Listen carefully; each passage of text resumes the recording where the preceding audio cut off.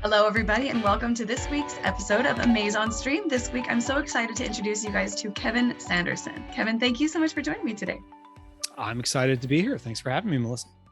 I'm so excited to dive right in because what I love to do, as many know now by this time on the Amaze on Stream podcast, is learn a little bit more about the humans who are behind the services and the podcasts that they sometimes see, listen to, and engage with. So I would love it if we could dive right in to where you started and take us through your entrepreneurial journey and what you're doing now. So let's start way back. Okay. I want to know if you are willing to share with us what it looked like when you were growing up. Were your parents entrepreneurs, or was this something different for you? This was something very different. So I did not grow up in an entrepreneurial household. My mother is a retired first grade teacher. Oh, I love that so much. And she talked like you could probably imagine a first grade teacher, which was wonderful. In fact, she taught at the school that my sister and I went to. And how fun is that? Yes. So as I was getting to be like the older kid, like fourth, fifth grade, her first grader was like, "Are you Mrs. Sanderson's son?" Oh, I'm like, yeah, that's me. So it was fun. That's fun for a while when you're like really young. Right. Exactly. Right? Exactly. When you're elementary, that's kind of fun, but over time it kind of loses a little bit of its luster, especially when, you get to junior high and high school and your mom's no longer there and there's no advantages to that anymore. But my sister ended up, becoming a principal. She became a teacher and then principal in elementary school. She's actually going back for a doctorate to move up in administration. So, my interesting thing is my dad, he was always more of like an artist. Mm-hmm. Like he had a master's degree in fine arts, but he never really did much with it. And maybe I have some baggage of that, of like maybe because he ended up dying of a brain tumor in 2010. Gosh, I'm so sorry. Oh, thank you. Yeah. So maybe deep down inside, like what I'm doing now is kind of my art. And like, because he didn't really sell paintings. He made lots of paintings. He was a bit of a perfectionist with them, always trying to get the right composition and stuff. And so maybe this is my way of trying to do my art, because I can't paint. I can barely do stick figures. So he had a master's in fine arts and he has a son who it skipped a generation. My 11-year-old daughter is way better at drawing than I am. I'll tell you, my 6-year-old son is way better than me too. So yes. We're the same boat. Awesome. But yeah, I didn't grow up in an entrepreneurial household. Yeah. My wife is a little bit of entrepreneurial type. Her family, literally everyone in her family, aunts, uncles, at some point either was an agent or worked in an administrative role or something at the FBI. Wow. Yes. That's crazy. And so the first time I met it was the first time I met them. First time I went to Detroit, where they were living at the time, my mother-in-law still worked for the FBI. And I remember we went into the federal building where the FBI was, and imagine there was a keypad that she swiped her ID. The numbers didn't appear on the keypad until she swiped her ID, because they didn't want people to figure out like the pattern. Oh my goodness. Like this is some kind of like the type of stuff you expect in like a James Bond. And like, it's like not really high tech. It's like, the numbers like look like a calculator, show up, but still just the idea of that was kind of like interesting. And so, they're taking me around the office, like this is so-and-so, this is so-and-so. We literally went into a conference room and they introduced me to this guy who's in charge of some sort of type of investigations for the Midwest division or something. Basically what his job was to do lie detectors. So they thought, wouldn't it be funny? Hey, maybe you'll like jump on that. Like, why don't we have you like, no, plead the fifth. I think it's in the Constitution. You can't make me do this. And so I did not agree to it. Good. We don't understand why you wouldn't want to like, this feels like what's that show? Meet the Parent. Literally, it's just a Meet the Parents moment. And if they're listening to this, like my dad gave him like a kind of razz them about that at the Yeah, wedding. Like, you I'm tried to put sure. my son in a lie detector. Like, is that showing trust? You know? Like, but they thought it was funny. I guess this is FBI humor. Oh, sure. That's hilarious. Oh yeah, yeah, Imagine. it's hilarious to them, I guess. They get to see I the absolutely results. I would don't have get, like, refused. they weren't getting hooked up.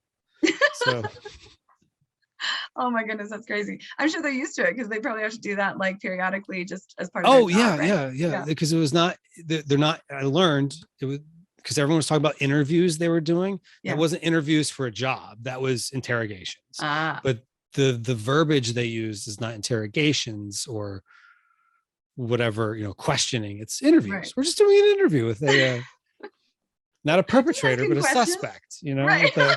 with a person of interest or something, whatever terms they Oh, use to fluffify it, I guess, a little that's bit. so funny. So, okay, so you're to rewind a little bit from your in-laws. So your Hmm. parents, they were college people. Like I know there's a lot of Hmm. entrepreneurs who come from families who they don't believe in, the education system as it stands. They might feel like it's money wasted or some things like that. I know a lot of college dropouts who are very, very successful Amazon sellers. Hmm. My brother is one of those. I'm Mm. also a college dropout. It sounds like you came from some college graduates. Your sister is going on to doctorate. Your mom and your dad both got high degrees and in their fields. So what was your journey there? Were you planning on college based on being in that environment? And then did you do it? Oh yeah. So I got a bachelor's degree. I did 2 internships at Disney while I was there, which is how I ended up in Florida. Yeah. Actually met my wife when we were both working at Disney. I thought I wanted to climb the corporate ladder there. It's a great company, but Yeah. over time, like, one of the interesting things was, back to the whole education thing. So Disney, it was hard to get anything approved if it was going to cost more than like $100. Like, Mm, it's an act of Congress and all these people have to sign off on stuff. right. But I ended up, they had like this educational reimbursement. So I actually got a master's degree, an MBA, when I was there. And like, everyone I was in school with either worked for Disney or Lockheed Martin, because those are like the 2 big Mm, companies in the in that Orlando area. area. Mm-hmm. And everyone was like on reimbursement, and it was like, never push back on like this doesn't apply to your job. One time I got like a class to have it reimbursed. It was only because they thought it was too wordy. Like, so instead of 4 sentences to justify why this class, because that apply to your job. Yeah. So instead of 4, I shortened it to 2 sentences and it got approved. Oh And it my was gosh, like, that's crazy. it was crazy. But then, okay, so then they're spending all this money for myself, for other people to get, these high degrees, and then nothing. There's no recognition. I don't even know if it went in a file anywhere. Like, oh, Wow. you did it. Like, oh, there's this other program. Once you're out, the company does whatever. No, it was, maybe they have it now, but at the time it was just, okay, well, That's very you interesting. can put that as a line on your resume. And Wow. so it had me questioning a little bit. Right. And, I ended up going to work for a more medium-sized company. Mm-hmm. And it was in the hotel business, and I was doing events and had a variety of jobs in the conference center there. Oh yeah. And we got bought out by a Disney-sized company in the hotel world. It wasn't Disney, Wow. but it was a company, a Fortune 500 company. Now, can I ask? So this is post college. This Post job. post-college, post-Disney, worked for Disney So for about 8 years. So I probably around skipped what through that a little age bit. is this now that we're at? Just to So follow the leaving timeline. Disney would have been around 27-ish. Okay. No. That's a great Yeah. age to No, work no, for it would have Disney. been 30. 30. Okay. Okay. I Yeah. got you. Okay. And now we're post Disney. So And we're post about Disney, what working age? for another company, starting to move up a little bit in the rankings there. Did a variety of jobs within the convention center. We got bought out. This is now a few years after that. So this is like my Mhm. mid 30s now. We got bought out by a bigger company, Mhm. and we all became associates or, employees of that company. Yeah. And my level didn't exist in that structure. So Oh. the hotel I was working at was an enormous hotel. Mm. And the company that bought us out, they had big hotels, but not usually that size. So their structure of management doesn't have as many levels. So my level didn't exist. So eventually they were having to cut costs and they get around. And this isn't even during the recession. This is like 2013. So this is like a healthy time in the economy. And, myself and some other people had to basically walk the plank. Yeah. And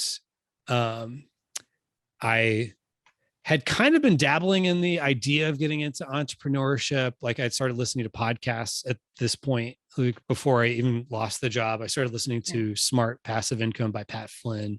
I don't know if you're familiar with him. Like a lot of people, I think, kind of started listening to him, and he's actually been a guest on my podcast. He's a great guy. Yeah. So he's a really good guy. He's harder to get on podcasts nowadays, but I'm sure. But how awesome is that full circle? It was. And then have him on your podcast. That's incredible. I love that for you. Yeah, I got another full circle thing, which I'm sure we'll get to later on, which was kind of one of those moments where you realize that I think at the end of the day, we're carving our own path, and the people we bring on the path with us, as long as we're intentional about it. Yeah.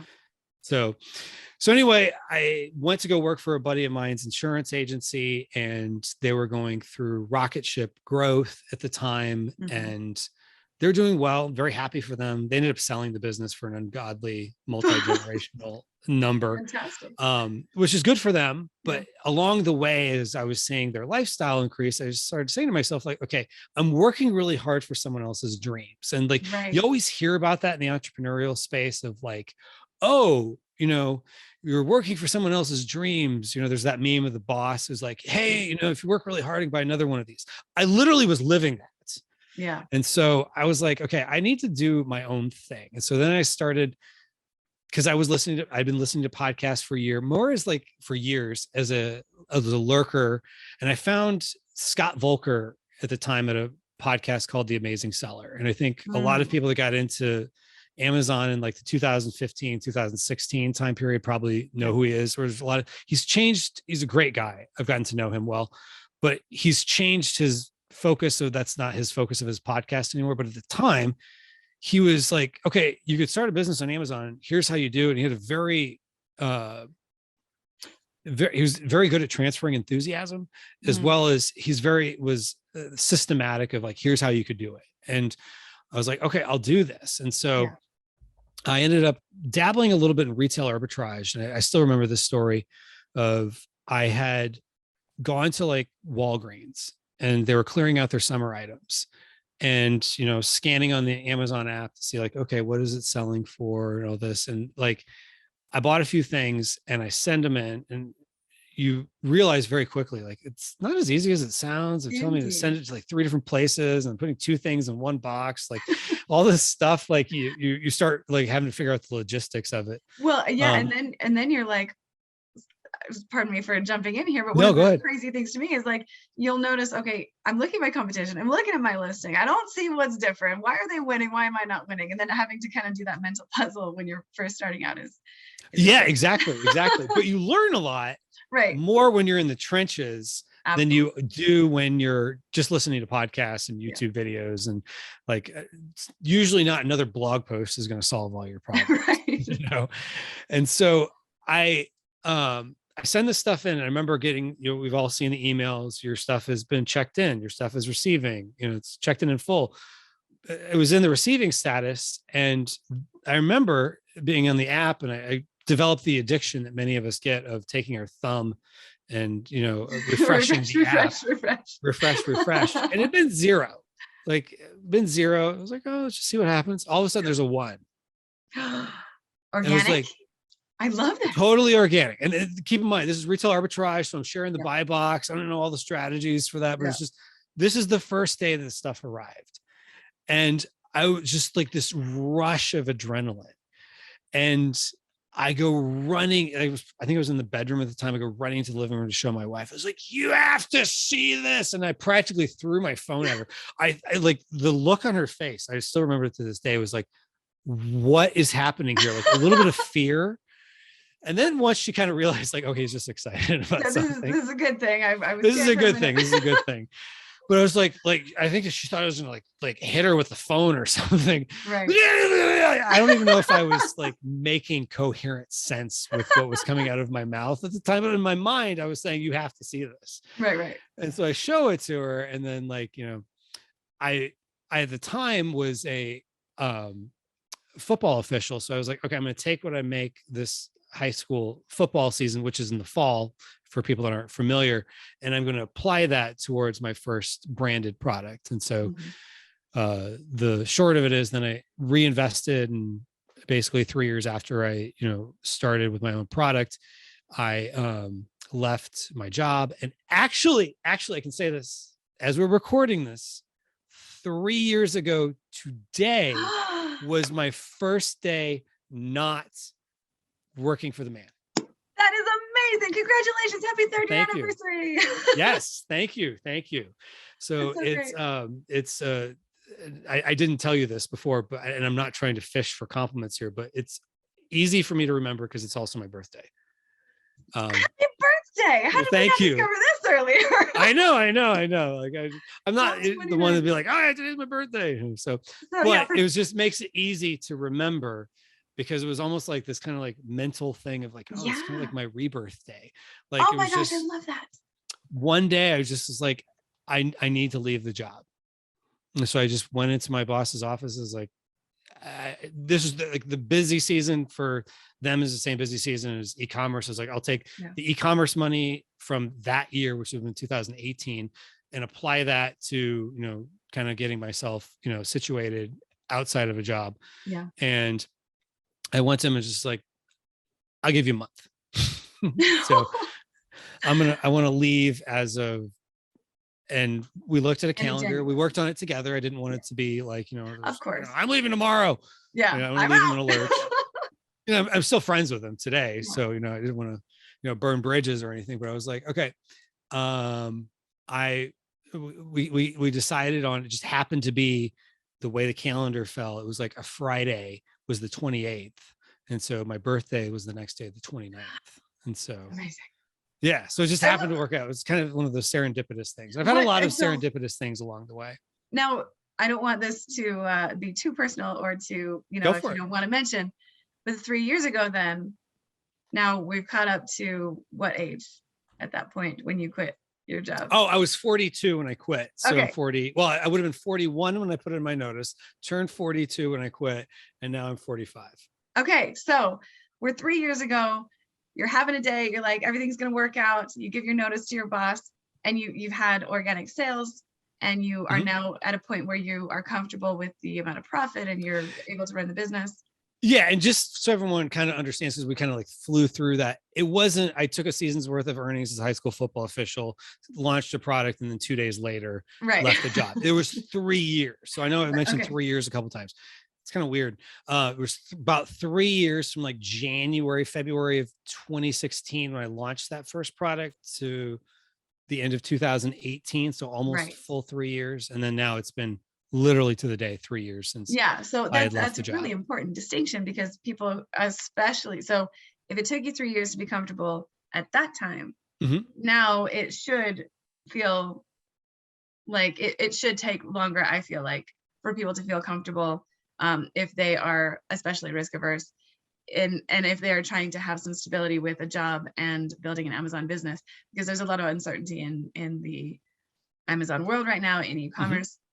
So I want people just to know 3 years is a reasonable amount of time. And this is different for everybody. Obviously, it's different for your product and your own sales velocity and your trajectory and your risk tolerance, right? Exactly. But I think if people are thinking of, their own timelines, and they're like, oh, I'm still hanging on to this job, maybe I need to make the leap, do what's comfortable for you.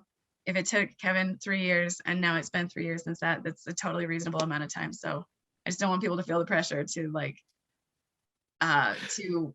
cut ties to make it official, because I know that that's almost a status thing right now. Like, oh, I made it official, and now I'm only an Amazon seller, and that's a lot of pressure and a lot of stress, and that could eat you alive if you're not careful. So exactly, and it can. And I had other things that I was working on at the time, and entrepreneurial things. So I definitely agree. Don't rush into it just because some guy in a video said, this is my Lamborghini after 6 months. Right. I bought this and have this house and like, you can do it too. All you gotta do is follow my proprietary 3-step system. Just because someone else said they can do it, like everyone's on a different path. And, Exactly. this is kind of like running a race. And it's a marathon. And if you've ever been to a marathon, there's people that'll finish a little bit more than 2 hours, like real fast. And then there's other people that'll take, 8 hours or so. And, the truck with the picking up the cones is slowly following behind them. So, and as long as you finish the race, or as long as you just keep going, really, that's what matters. And so, run your own race. And a lot of times the true secret of it is the people that like, oh yeah, I've, 7-figure seller within 3 months. There's often more to the story. They had another business where they sold and they took $1 million of that money and reinvested into this. Or that's multiple streams of income, right? Multiple streams of income, or they became a business partner in an existing business, right? Or something else. There's always more to the story. There's more to my story than I can cover in this. Indeed. And regardless of whether someone's trying to be transparent or not, there's always more to their story than you can totally just replicate on your own. So always understand, wherever you are listening, some people are listening to this and they're probably way ahead of me. Other people are listening to this and this is aspirational to one day they'll launch their first product. It doesn't matter. Just keep moving forward. That's the name of the game. Oh, that's such good advice. Before we move to like the next point in your entrepreneurial journey, can I ask, was there anything during this time, in this 3 years as you're building this brand, that you felt, and before you quit your full-time job, was there a time where you felt like, you were struggling, you were failing, you weren't sure if you could continue, if this was the right thing for you? You have anything like that you can share? Yeah. So what had become my most successful, not just product and family of products over the last several years, was more of an add-on to a failed product. So a lot of times people will say like, oh, find a product and then like, find something to differentiate. I was like, oh, I can just cheaply add on such and such as an accessory or whatever. And then the accessory actually did well. And I still have units from 5 years ago of the original product. Interesting. Yeah. And it sold tens of thousands of units over the years of the accessory, and never would have known if I didn't try. And it was because, and the only reason that even happened was because I think my MOQ was like 300 units of the thing I wanted to test out that I thought would be my next product. And I had to order like 1,000 of the accessories. So I was like, well, why don't I just try selling it by itself as opposed to waiting for the next? Because at one point I think I was thinking like, well, I'll just wait till I reorder, then I'll, put that and then I'll already have it for the next one. I was like, oh, let's just try. So, figure out packaging and whatnot for the accessory. And that worked out, but it's like anything, you don't know until you test it out. Yeah. Yeah, that's right. Wow. That's so, and I would love, if possible, to dig a little deeper. Was there any, did you have any doubts for yourself, like in this, when you were discovering this? Because I know there's a lot of uncertainty that entrepreneurs face. There's this roller coaster that, you're up one minute, you're like, I win everything. This is great. And then, then you're like, oh, what am I thinking? Who am I to think that I can win ever? And, you just go right back down to the bottom. So I think sometimes when people are discovering, these, a failed product or something like that, then they start getting down on themselves or their judgment. They start questioning things before they're able to pivot then into something that is successful. Did you ever struggle with anything like that? All the time. So, the reality is, like, when you have a job, you have a feeling of safety. Yeah. Of like, okay, at Disney, the joke was Epcot stands for every paycheck comes on Thursday, which it's not what it actually stands for. But it was because the company paid weekly and it was always on Thursdays. I don't know if that's still the case anymore, but like, there was, you knew every Thursday you're going to get paid. Or the other companies I worked for was always like every 2 weeks. Right. And so you always knew if it was every other Friday or whatever it was, the money's coming. Mm-hmm. When you launch a product, you don't know, especially when you're sending it like across the ocean. Oh yeah. So people you've never met face to face in most cases. You don't know if this is legit or not. Mm-hmm. Yeah, they've been on Alibaba and they've paid to be a supplier, gold supplier for 3 years, but are they really legit? Like there's all these like things like, what if I'm sending, what if I have the money, what if I'm putting the account number in by 1 digit off, or they gave me the wrong account number and it goes somewhere else and like, sorry, we don't have any money. And I never get that money back. There's always these fears of like, every product I've launched, there's been the things I'm worried like sick that people are going to complain about. Nobody says anything about. And then it's other things that I have the actual feedback that I need to kind of adapt. And it's like, when you're in the trenches, you figure it out. When you are talking to yourself, your mind's going to play tricks on you. Oh yeah. And just to kind of go back to the whole thing of, I was in the event industry. I was in the theme park industry. Mm-hmm. The company that I worked for in the event business, the mm-hmm. hotel company, the big one, they laid off more than 90% of their staff for months. Oh, my goodness. Because of COVID. Yeah. The theme park that I worked at, Disney, they were, and this is public knowledge, so I'm not like sharing proprietary stuff, but like, they were closed for like 4 or 5 months. Like nothing was open. And so that is so rough on people who are used to every paycheck comes on Thursday, right? Right. You think it's safety, and I think a lot of people are waking up to what we think is safe. If it can be taken away by someone else like that, how safe is it really? So really what it comes down to, exactly. Yeah. And so if we can get more roots in entrepreneurship, you can have stronger roots in what you're doing, but to use the analogy of like plants, but like in trees, but it's not overnight. Yeah. And so like here in Florida, like, people are constantly putting up new palm trees or whatever. And oftentimes if there's new trees, if they haven't put braces up on them, like they'll fall over the first time it rains because it's like slightly windy. Oh my goodness. But over time, those palm trees, like literally like in hurricanes, they can bend almost 90 degrees and stay up because they've developed that root system. And so entrepreneurship is kind of like that. It just takes longer to get that. It's not like you just come in, you fill out a W-2 form and then, your first paycheck will be next Friday. It takes longer, but once you get up and running, you're more solidified. Oh my goodness, that's such a great analogy with the palm tree. I think you're absolutely right in, making that comparison, because when, especially people who are not risk tolerant, especially people who are not entrepreneurial minded, they will sometimes question you as an entrepreneur and say, what are you thinking? You could lose it on the water. You could lose the money. You could get scammed by your factory. You could, mm-hmm. They could compete against you. They could list, your own product on Amazon. They could, and they may not know all of these things, but they may be able to identify many areas where your plan doesn't work out. But I think what the difference is there is we have been groomed through our lives and our environments and stuff like that to have this false sense of security of, the proper path, high school, college, get a mm-hmm. job, work your job, retirement, all of this is the safe way to do things. And the entrepreneurial way is the risky way.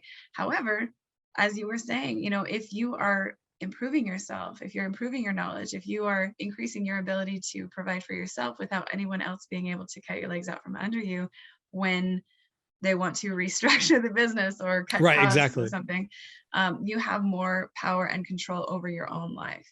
And I think that's what the majority of entrepreneurs are looking for is, the ability to take their power back. When they become an entrepreneur, they want that ability to have the freedom, the control, and the power to determine their own course for life and not let it belong in somebody else's hands.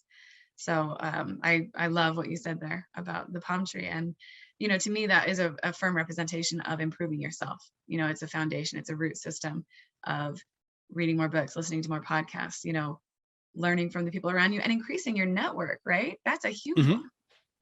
Yeah, exactly. And, I'll touch on that because I kind of teased earlier about, being intentional about the people around you and whatnot. So one of the things I thought was really beneficial was starting to go to events. And so shout out to Steve Chu and Tony Anderson, who run Seller Summit. That was the first event I went to. The funny thing is I've been to so many conventions over time as a person like putting them on and working at the hotel, or, people that, I managed who were putting them on, or whatever the case was. I'd been to many. I'd never actually been to one overnight as an attendee until I went to Seller Summit. Yeah, it's totally funny. I wasn't eating my own cooking, so to speak. But I did go to Seller Summit, and, that really helped me because, when you're listening to podcasts and whatnot, there's this kind of distance of like you and whoever Melissa's, interviewing or whatever the case is. But then like when you're actually in a room where you can like talk to some of the people that you've seen on podcasts or heard on podcasts or whatever the case is, or just other people there. And you're like, wait, other people are actually doing this. Because when you work at a theme park, you're surrounded by other people that do theme park stuff. And so that's just very real to you. When you work in insurance, everyone around you is in insurance. So that's real to you. If you have a business selling physical products online, chances are you're geographically isolated. Yeah, and so you got to find ways to find other people to get together, and, something clicks. So like the moment for me clicked, like when I got that first sale, something for me clicked when I started really, there's other people that are doing this way. And people whose like voices I'd always heard, but like, wait, we're having an interactive conversation. Oh, this is interesting. So let me just reiterate what you're saying, because this I feel like is very poignant, and I don't want this to slide past anyone. One of the moments that clicked for you, so the organic sale for you was a big moment, of course, that you almost threw your phone at your wife. Yeah. And then another moment for you was there's other people who do this. Yeah. Because it's very easy as an entrepreneur to feel like you're alone in this, and you're navigating this, rough seas of entrepreneurship and the rough seas of Amazon and how they treat their sellers. We love Amazon so much. That can be very lonely. It can be very isolating. So that was a moment for you. And then another moment came when you started to meet some of the people that you had heard the voices of on the podcast or saw on YouTube podcast episodes, right? Yeah, exactly. And so, some of it was like, okay, I'm having interactions with people. Some of them like, hey, why don't you come on my podcast and talk about your story? I'm like, oh, wow, I'm actually talking about this to people. And so what was interesting was the second time I went to Seller Summit, so Backtracking, I had said I had started listening to the Amazing Seller podcast from Scott Volker. He was a speaker at both of the Seller Summits that I was at. And at the closing event, he and I just happened to be chatting. And he said at the time, Scott was really well known for how to get started selling on Amazon. Yeah. And he kind of wanted to pivot away from that. And at the time, his goal was to do something a little bit more for intermediate to advanced sellers. It was kind of what I took from the conversation. I don't know if that's what he said or not, but that's what I understood.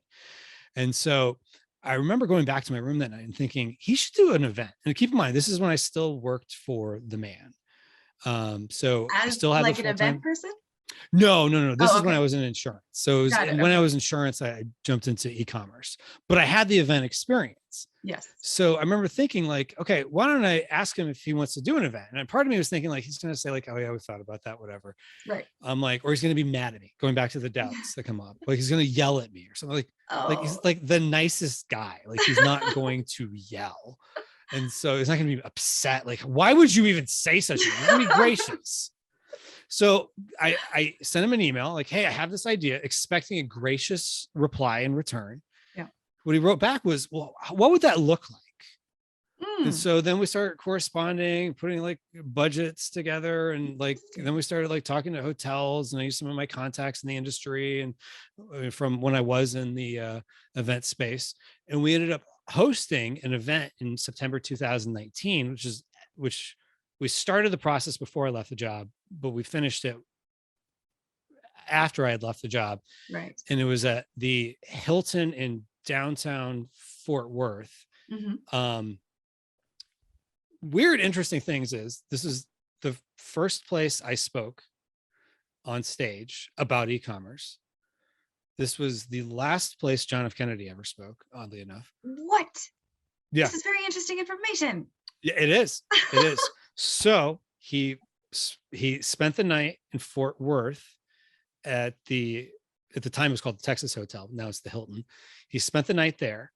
He spoke outside to a group of people, went inside, or maybe it was vice versa.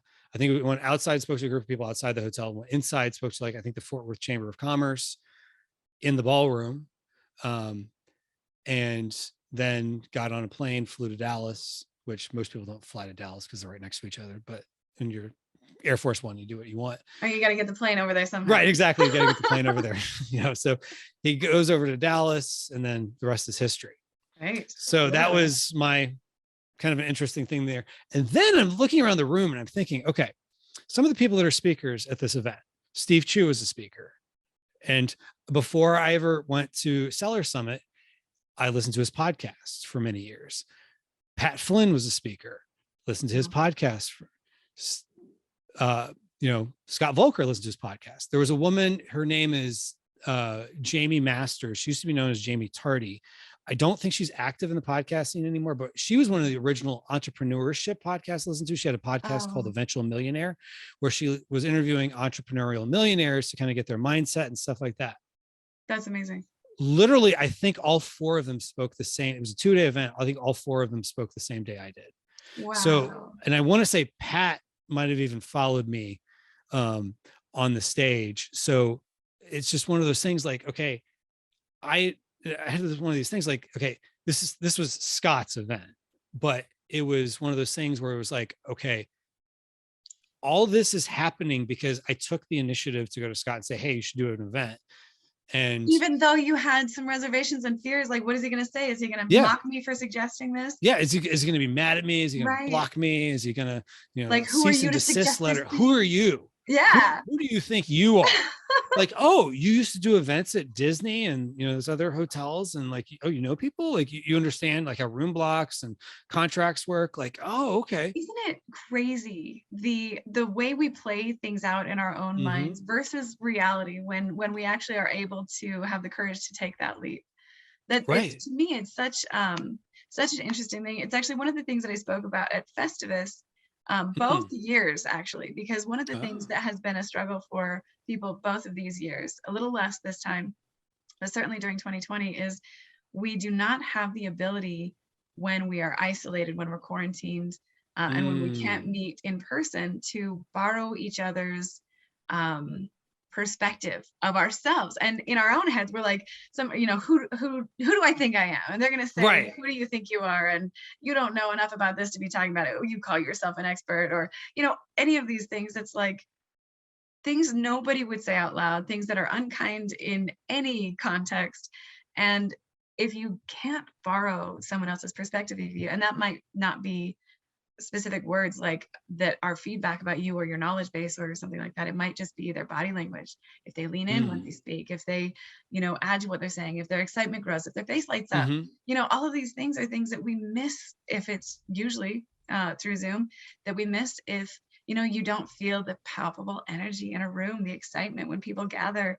It's like people who go to sports games live. There's an absolute feeling in the air that you can almost touch of, the excitement and the adrenaline and the competition and, all of that stuff that's going on. And I consider it very similar in e-commerce events, and especially for entrepreneurs who, really need to learn from each other and see each other, know that there are other people out there like them that do what they do and know what they know, and that they have value to offer these strangers. And that those strangers will say, I didn't know that you could do that. I didn't know that tool. I didn't know that trick. I'm so glad I met you. That it's going to change everything for me. So Exactly. anyway, I'm just sorry to jump in there. This is your show. No, that was great. But I wanted to add, just a little bit about that, because it plays into what you were saying earlier about, one of the things that was a moment for you was seeing that there's other people out there. And it's so common, I think, to feel isolated in this industry. Yeah. And the more you start reaching out to people and you realize like, okay, there's people that can help me along the way, whether they're service providers or just other people that like give you the hint of, I'd use this tool, not that one. Or, what is your experience with X, Y, or Z? Like, you just get a lot more out of the conversation when it's in person. Oh yeah. Or even just, if you're having a one-on-one conversation through Zoom is better than in a Facebook group. Yes. Like, if you can kind of level up, podcasts are great. But you and I are having a dialogue and people are listening to it, but the people listening don't get the advantage of, but let me ask about this, or, I liked your point about this. What about that?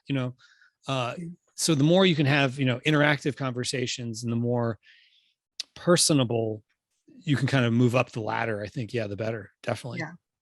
Yeah. I think that's definitely something that you were smart to think of for your friend, Scott.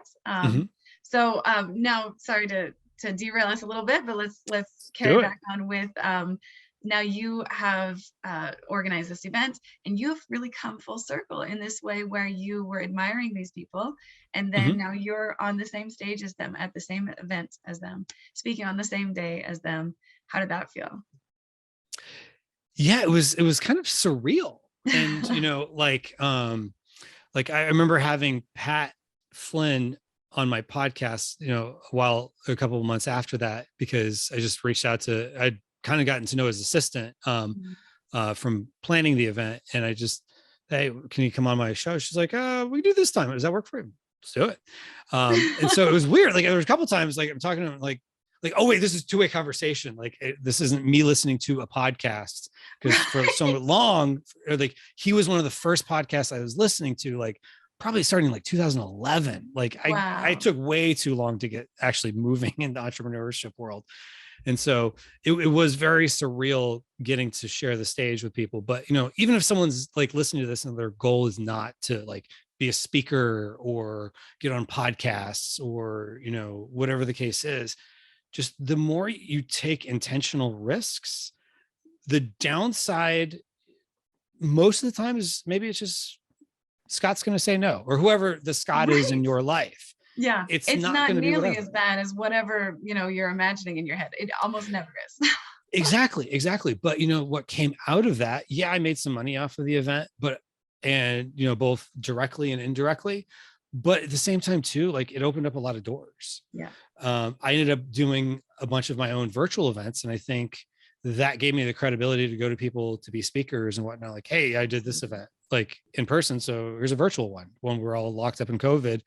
And so I've now done 7 virtual summits. Because I think it's easier when you have developed I didn't come up with this term myself, an entrepreneurial resume. I was at an event one time and Jesse Itzler, who's the husband, if people don't know who Jesse Itzler is, his wife, he's the husband of Sarah Blakely, who you probably do know, who's the founder of Spanx. Yes. And he's just as entrepreneurial and minded as she is. And they've both done very well for themselves, separate of one another. And he had talked about was kind of just developing a resume that you're kind of leveling up in your career, so to speak, in entrepreneurship. And it's not, all right, fill out this application, do an interview and we'll send you your first paycheck next Thursday. It's, usually takes a little while to build up, but the rewards of, there's going to be some no's or products that don't work out the way you want, but then over time, you are going to get some base hits and some home runs. And the goal is just to keep getting more of those and building up more of those and having a real business and, developing a reputation, either, public facing or reputation as, you've got, X number of 5 stars on your product, or, right. you have a reputation with Amazon Is it as, your brand, right?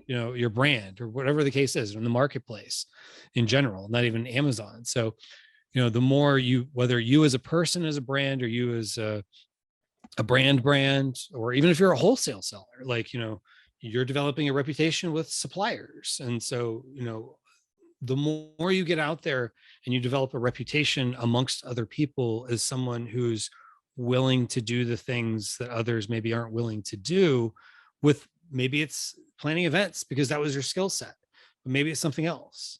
But to go back, I remember when I had lost my job and I was starting in insurance, I was doing a bit of time on the road. And I remember actually listening to Pat Flynn's podcast, and he was interviewing somebody about, like, they had a business making 6 figures about Magic the Gathering, which is like a card game. Like, I'll believe it or not, I know exactly what that is because I have brothers and I'm a little bit of a closet geek.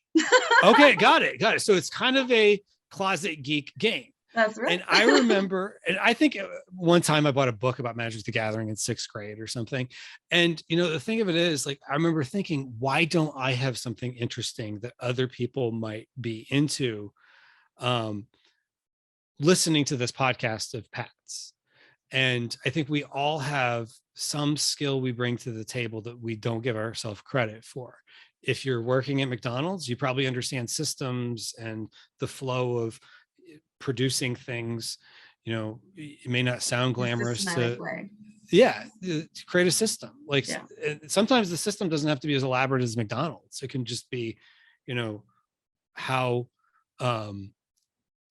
people, do whatever they do, at whatever business you're at. You're probably picking up more than you realize in what you're doing today than it's that like can apply that to an project entrepreneurship. they give to like kids in like 3rd or 4th grade or something like that to write the directions, like how do you make a peanut butter sandwich, step 1, step 2, and then and then you have to like play out those steps. So if they miss something, then you've got like this misshapen blob. Right. Yeah. Didn't quite come out the way you thought, but that exercise can be priceless. Right. Yeah, that's right. So yeah, good stuff. Yeah, this is fun. Well, yeah, I'm so excited to learn so much more about you today. I want to give you the opportunity to maybe leave some piece of advice, or something with the people who have listened to your journey and maybe are feeling inspired by some of the trials you went through, some of the outcomes you achieved after pivoting from those. What would you want to leave them with? Whether you're ahead of me or you're behind me, just, keep moving forward and keep always learning from people. I think one of the things, and I think this is a Jim Rohn quote, which I love Jim Rohn. I'm surprised I haven't quoted him more in this interview, but like, always be interested in asking questions. There was something I listened to fairly recently where someone was talking about how they knew Jim Rohn, and they're like, he always had a notebook with him and he was always asking, tell me more. And it was like, this into his, whatever, it was his 80s or 90s or whatever. He was constantly writing notes and like interested in what other people had to say and interested in learning from other people, because he knew there was always some little golden nugget he could get from. Oh my gosh, so the more we have that mindset, we're going to find more golden nuggets. I'm going to use that because I love it. Please. So much. I'm going to look up this whole story because I got to say, one of the things that I think is a very common misconception is that saying I don't know or asking questions is somehow revealing your ignorance and your stupidity and your lack of expertise or knowledge, and you have to maintain this certain front. And I think that's especially common, forgive me for saying, at e-commerce events where people feel like, I gotta measure up to these other people who are here, so I gotta show them that I know my stuff too. And I think that advice that you just gave is so sound and so meaningful that you just need to ask more questions, because you look smarter the less you talk sometimes, and the more you listen, the more you ask questions, the more engagement you have, the more you grow your network, the more friends you end up with, the more you benefit, the more questions you ask. And I think people just need to drop the impression or the idea and the hesitation that that asking questions reveals your ignorance somehow. I think it makes you look smarter. That's where I stand on that. It's so true. Interested is interesting. And, Yeah. if you don't ask questions, sometimes it looks like you don't have the understanding to ask the right question. Right. Yeah, that's exactly right. Very interesting. Thank you so much for that advice. Kevin, how can people find you? Oh, wait, I'm sorry. Before we wrap this up and we turn to contacting you, I want to just give you a second to go from your selling experience, and now you do have a service that you provide as well. So let's bring us right now into the current and future of what you're doing. Yeah, definitely. So I have, I guess, I guess let me take a step back. I guess in my mind, I have two businesses: the e-commerce business itself, which still operates, still, stresses me out over the holidays to make sure I don't run out of stock. And other times a year. So it's just, as we're recording this, it's right after the holidays. So it's fresh. It's fresh on your mind. I'm still worried about it in June.